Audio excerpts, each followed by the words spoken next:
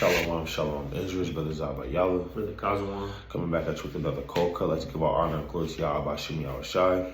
All right, in these last days, we want to preach more brotherly love, man, more unity, amongst each other. Especially in these last days, all we got in these last days, man. We can kick it off with the book of Sirach. This topic is going to be about brotherly love, and just kind of showing love to our neighbor. All right, I'm going to the book of Sirach, chapter 4, verse 17. All right, it's Sirach, chapter 4. I'm sorry, verse 7.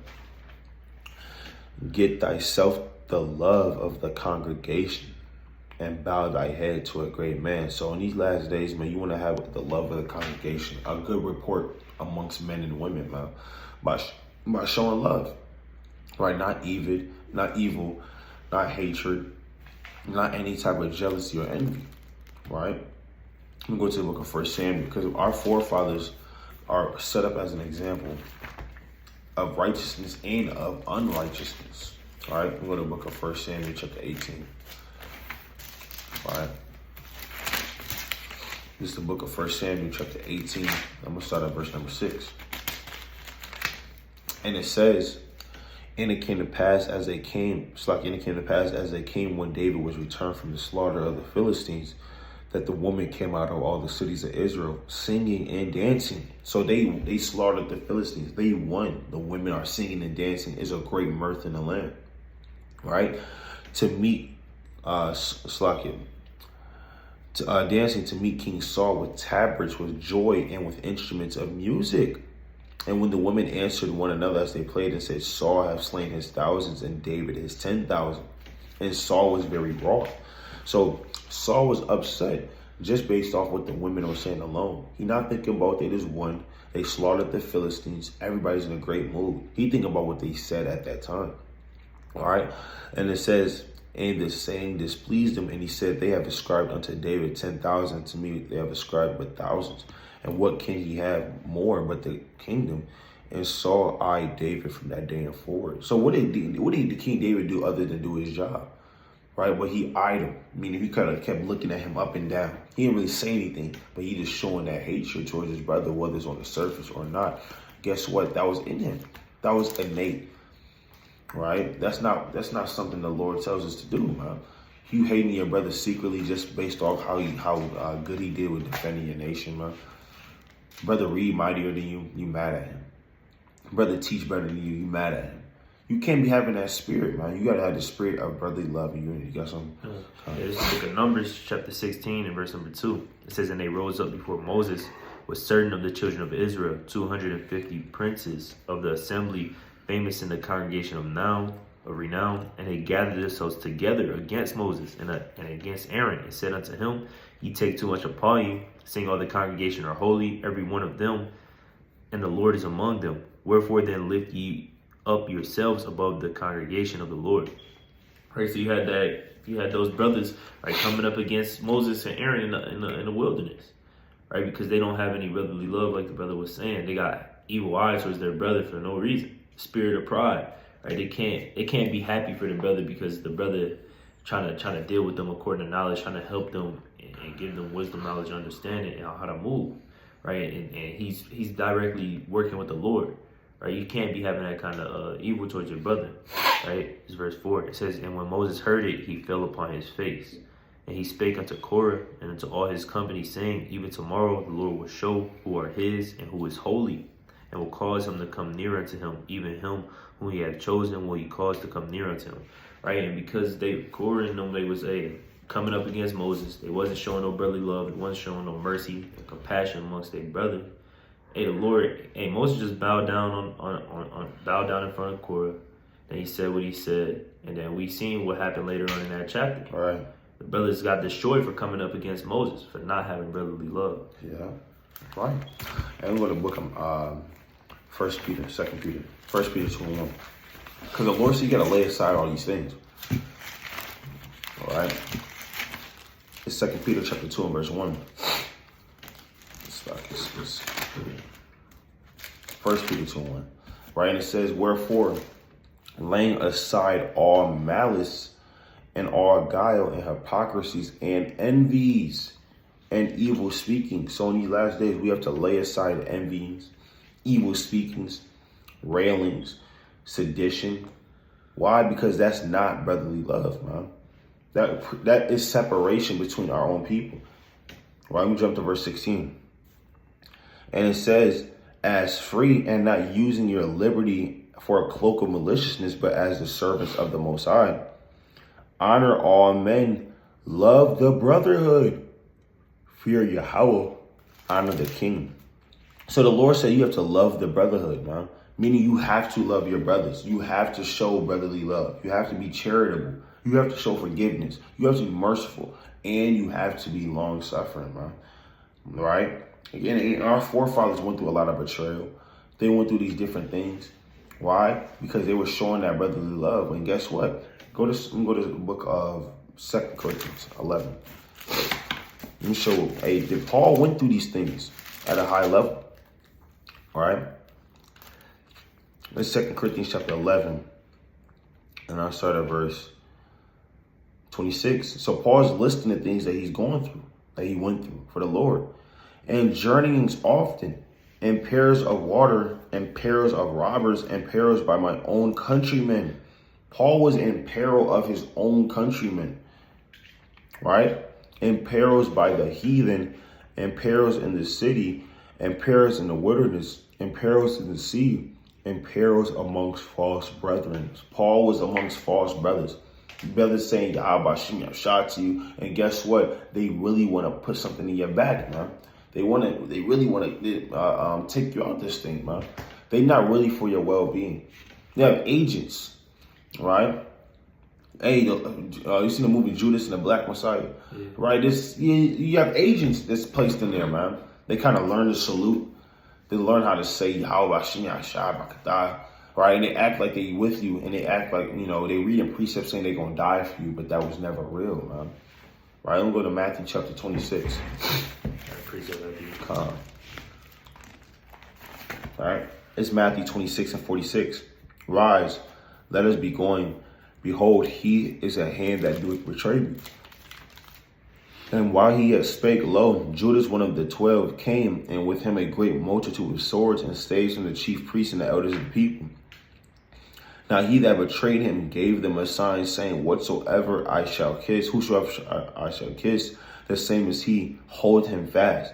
And forthwith he came to Yahushua and said, Hail, Master, and kissed him. And Yahushua sent him, Friend, wherefore art thou come?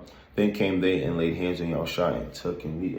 Yahushua, even in the midst of his betrayal, he said, Friend, what you come here for? And I know that cut him up, man. He called him a friend. And the Lord said in John 15 and verse 14, that he's not calling you a friend unless he died for you, man.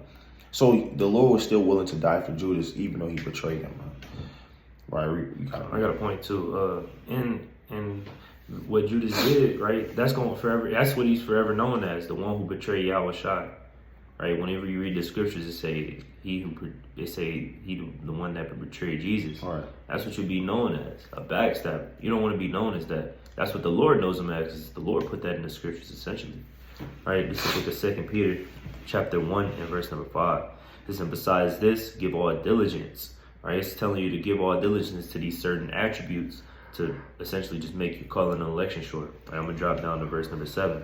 And to godliness, brotherly kindness, and to brotherly kindness, charity.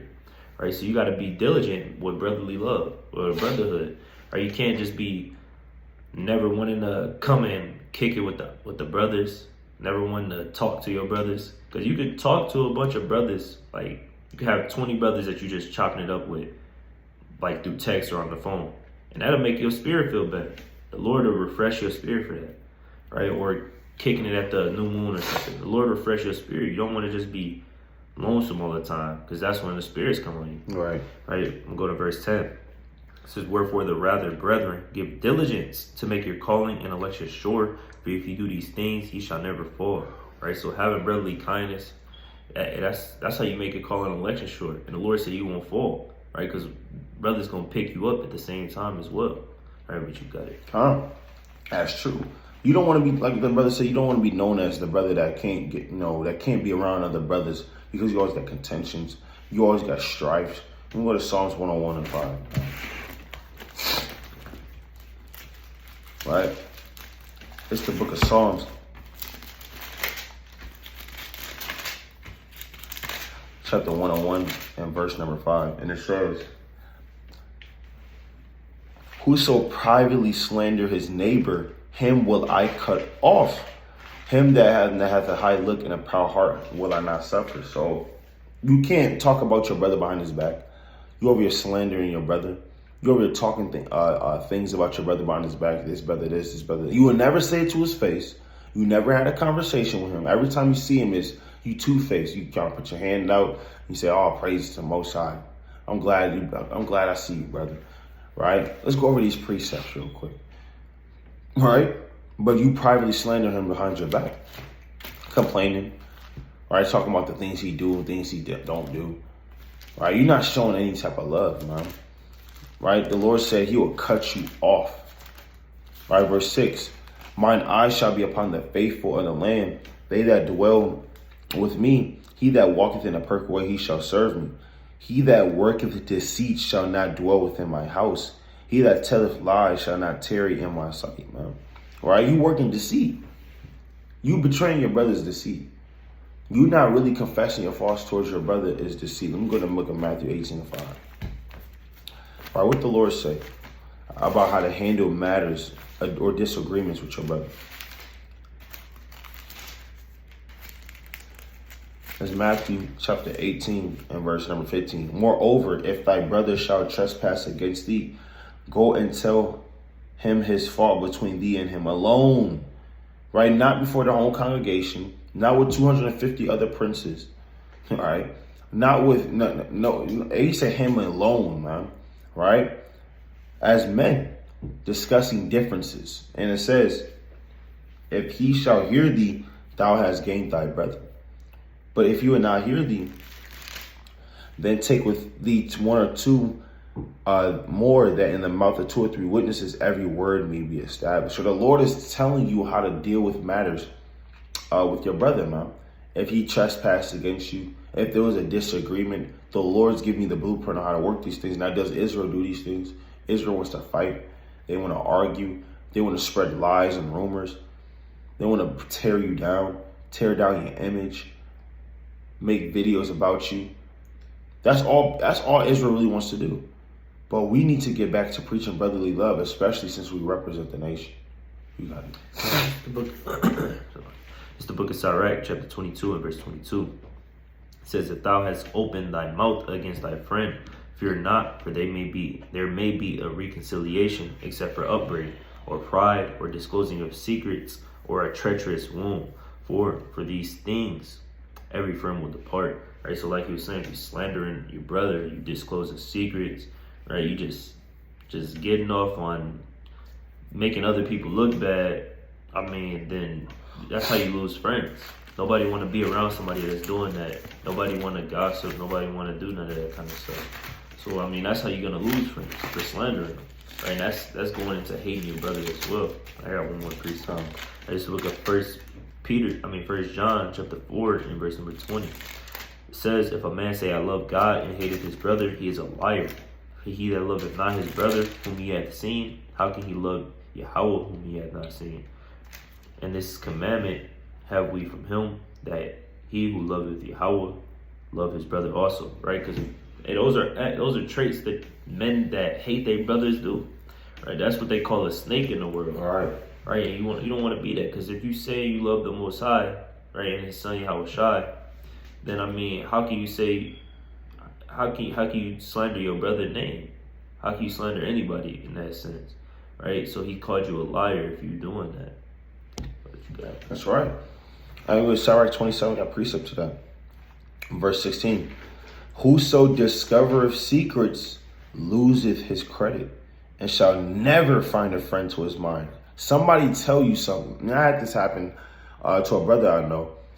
Kind of told him, he was dealing with this girl. He really liked her, right? And, not to tell anybody, but he wants to make his move on her, right? And kind of ask her, ask her and court her and things like that. The brother, not even an hour later, receives a text message from that girl saying, you were going to do what?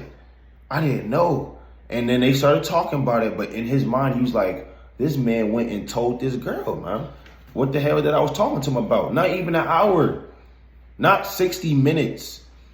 Discovering secrets. And guess, needless to say, these brothers, they not really friends anymore because they don't really tell them anything like that, man. Kind of keep them at a distance. Because you out here discovering secrets. You can't be doing that. All right, verse 17. Love thy friend and be faithful unto him. But if thou bewrayest his secrets, follow no more after him. The Lord said, man, you betrayed your friend's secrets. Don't follow no more after, because he can't talk to you about anything real anymore, man. You can't get close to him no more. All right? Let me hold thing, go to Sirach 19. This Sirach chapter 19 and verse 10. If thou hast heard a word, let it die with thee. And be bold, it would not burst thee. The Lord said, if you heard a word, that has to go to your grave. Unless that person gives you permission to tell somebody else. Let it die with thee. And be bold, it will not burst thee. A fool travaileth with a word as a woman in labor of a child. Think about the analogy, a woman in labor with a child. All she's thinking about is getting that child out her belly. She's not thinking about no food. She's not thinking about no TV show. She's not thinking about dresses or anything like that. She's trying to get that child out. That's a fool with the secret in his mind. He's trying to tell the first person that he can see. Be in verse 11, a fool travailing with the word as a woman in labor of a child. As an arrow that sticketh in a man's thigh, so is a word within a fool's belly. So, hey, think about that arrow in a man's thigh. All he wants to do is get that arrow out. That's a word in a fool's belly, man. You don't want to be a fool where it's burning in your mind. Shalom. Right, where it's burning in your mind. All right, that you got to tell somebody. You got to let somebody know what the hell is going on, man. Right? Let me go back to that Sirach 27. All right, this Sirach chapter 27 and verse 18. For as a man hath destroyed his enemy, so hast thou lost the love of thy neighbor. As one that letteth a bird go out of his hand, so hast thou lost the love of, so hast thou let thy neighbor go and shall not get him again. Imagine you let a bird out your hand. There's no catching that bird. You're not catching that bird. You're not Eli from the book of Eli. You're not shooting down birds. It's not happening. He gone. Right? The Lord basically saying there is no going back. Right? And it says, verse 20, follow after him no more, for he is too far off. He is a roe escaped out of the snare. As for a wound, it may be bound up, and after reviling, there may be reconcilement. Because, right, you can bound up a wound. Right, after reviling, right, there may be some reconcilement. You know, you can be brought back together. You know, you may have, talked about a situation in the past. It kind of triggered you, but now y'all can kind of talk about it. But what the Lord say? But he that bewray of secrets is without hope, man. The Lord said, you over here talking about your brother. You talking about the things he's going through to other people that have nothing to do with his business. Right? You over here privately slandering your neighbor. The Lord said, you might as well, you without hope, man. You lost a friend. You lost a brother. And brotherly love is the medicine, man. I'm going to Sirach chapter 6 and verse 14. A faithful friend is a strong defense. So you giving up a strong defense for lust. Right? And he that have found, he that have found such a one have found a treasure.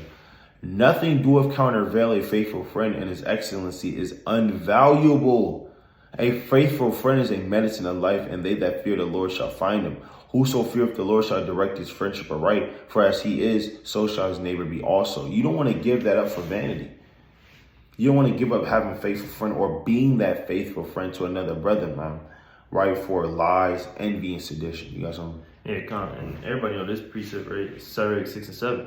Right, it says, if thou wouldest get a friend, prove him first, and be not hasty to credit him. Right, because you don't want to just be quick to just say everybody your friend, because then situations like that happen where people telling you secrets, saying, hey, this brother did this brother did that. I mean, that's on you. You got to kind of wait a little bit. That's why you don't want to get too close to people. Yeah, it's cool to chop it up, but don't be going around just telling your deepest secrets, because then somebody will make you look like a fool. Right, he got fringes. I can trust him. Right. Brother, what? Right, it says, for some man is a friend for his own occasion and will not abide in the day of thy trouble. Right, because we all know this. It happens in the world. So what make you think it's not going to happen in the truth?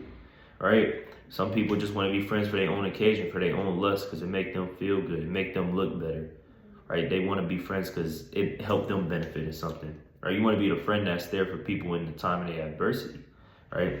It says, verse 10, it says, again, some friend is a companion at the table and will not continue in the day of thy affliction, right? Because you got some men, like they just there for their own affliction, but when the going gets tough, they're not trying to deal with you until you come up, right? Let me go to the book of Proverbs 17 and verse number 17. It says, a friend loveth at all times, and a brother is born for adversity. Right? You want to be that kind of friend, that kind of brother. Right? You want to be there for somebody through thick and thin. Right? You don't want to just be there when things are good, right? And then you telling secrets and all that kind of stuff and making it seem like you a honey, right? Because you got Jake like that all the time. He damn slanderous on somebody behind closed doors, but then he posting those real NBA YoungBoy quotes on Instagram. See that, man? Hey, let's get an account of that in the scriptures, man. This is 1 Samuel chapter 25 and verse 9. And when David's young men came, they spake to Nabal according to all the words in the name of David, and ceased. And Nabal answered David's servant and said, who is David, and who is the son of Jesse? There be many servants nowadays that break away from every man from his master. So David wanted some of that land that he had, man. Right? You know, asking he kind of borrow something. And he went in a respectable manner. He sent his servants on behalf of David. And guess how Nabal answered David? And everybody knows David. We just read that they just came back from the slaughter of the Philistines, and the women were screaming, David slaughtered 10,000s and saw his thousands. They know who King David is, man. Right? Nabal acted like he said, who is David? The hell is David? No, man, look, there's every man that break away from his servants, his master. Basically calling David a servant to Saul, man. Right? Kind of disrespecting David. Verse 11.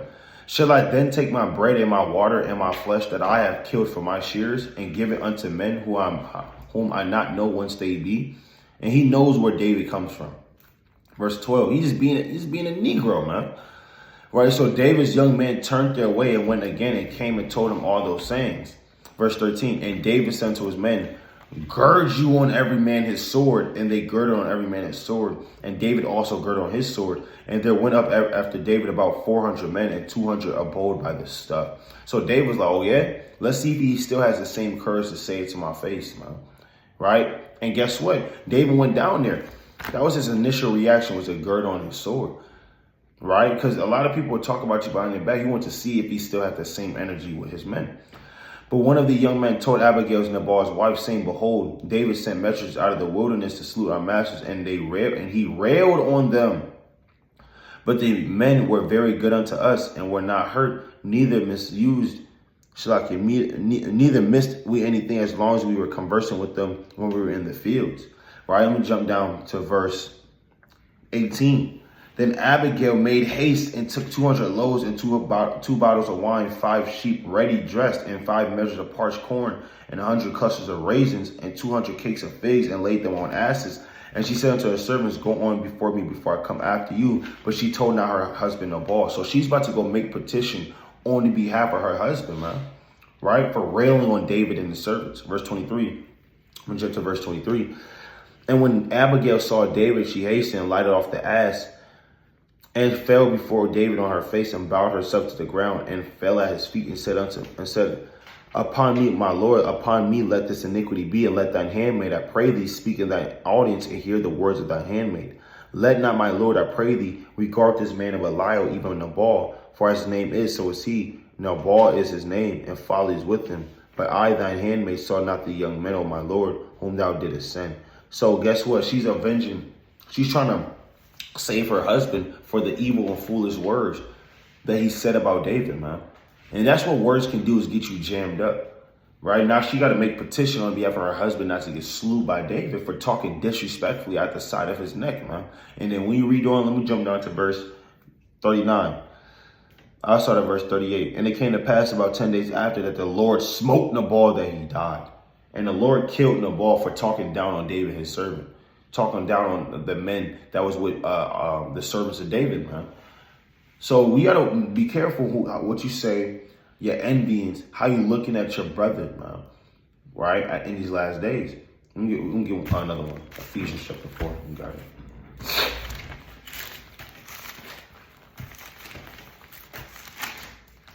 right? This is Ephesians chapter 4 and verse 31. Let all bitterness and wrath and anger and clamor and evil speaking be put away from you with all malice, and you be kind one to another, tenderhearted, forgiving one another, even as Yahweh for our Mashiach's sake have forgiven you. So we got to put away all the bitterness, wrath, anger, clamors, evil speaking, but learn how to have long suffering and forgive one another of our trespasses, man. Because Jake don't forgive each other now. That's where the shootouts, right? Banging blocks on each other, trying to kill each other, fight each other, because Jake don't know how to forgive. You got it, King. All right. I'm going to go to 1 Samuel chapter 20 and verse 17. It says, and Jonathan caused David to swear again because he loved him, for he loved him as he loved his own soul. Right? And Jonathan was Saul's son. Right? He could have been kind of siding with his father, right? And then getting David killed. But he said, hey, he loved David as he loved his own soul. Right? That's brotherly love. That's how you want to treat your brother. Right? You want to treat him as yourself. Yeah, you might slip up sometimes here and there, and then you might get angry with a brother. But I mean, that's what forgiveness, like the brother was saying, that's when it comes in. Because at the end of the day, you want to love your brother as you love yourself. That's right. Right? I'm going to show you how David, he kind of felt after Jonathan was put to death. Right? In that war. Right? Let's go to the book of 2 Samuel chapter 1. We'll start at verse number 23. Saul and Jonathan were lovely and pleasant in their lives. In their death, they were not divided. They were swifter than eagles. They were stronger than lions. Drop down to verse 25. How were the mighty fallen in the midst of battle, in the midst of the battle? O Jonathan, thou wast slain in thine high places. I am distressed for thee. My brother Jonathan, very pleasant hast thou been unto me. Thy love to me was wonderful, passing the love of women. Right? He was distressed. Right? He was stressed out. He was hurting. He was sorrowful when Jonathan died. Right? He said, thy love to me was wonderful, passing the love of women. Right? And that's something that Jake kind of saying. Right? They put their homies before the women. Right, when they really locked in like that. Right. Right, and that's how Jonathan and David was. They had love for each other that way. And that's how you should be with any one of your brothers, no matter who it is. No respect of persons. It should be like that with everybody. But, I mean, it won't just get like that because, you got a lot of pride up in the nation of Israel. Right. Yeah, a lot of pride, man. A lot of, you got videos circulating. You got people that want to teach on the same camp spot. Nobody can submit to one another. Our people don't know how to submit to one another. Our people don't know how to show themselves friendly, man. All right, let me get this last one, man. It's Proverbs chapter 18:24. And it says, a man that hath friends must show himself friendly, and there is a friend that sticketh closer to a brother, man. There is a friend that sticks closer than your actual blood brother. I mean, just ask Yahweh Shai, man. He had brothers in this truth that was closer than the brothers that he had in the flesh and blood. Don't you know Yahushua's own brothers was trying to put him to death in John the 7th chapter? His own brothers was trying to put him to death, man. You see that?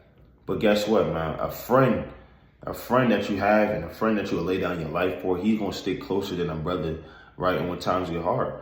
At the end of the day, the Lord tells you in Luke the 14th chapter, who's my family, man? All right? We'll go to Luke chapter 14. All right, it's Luke chapter 14, and I'll start at verse. Let me see what I want. Actually, I'll just go to Matthew chapter 12.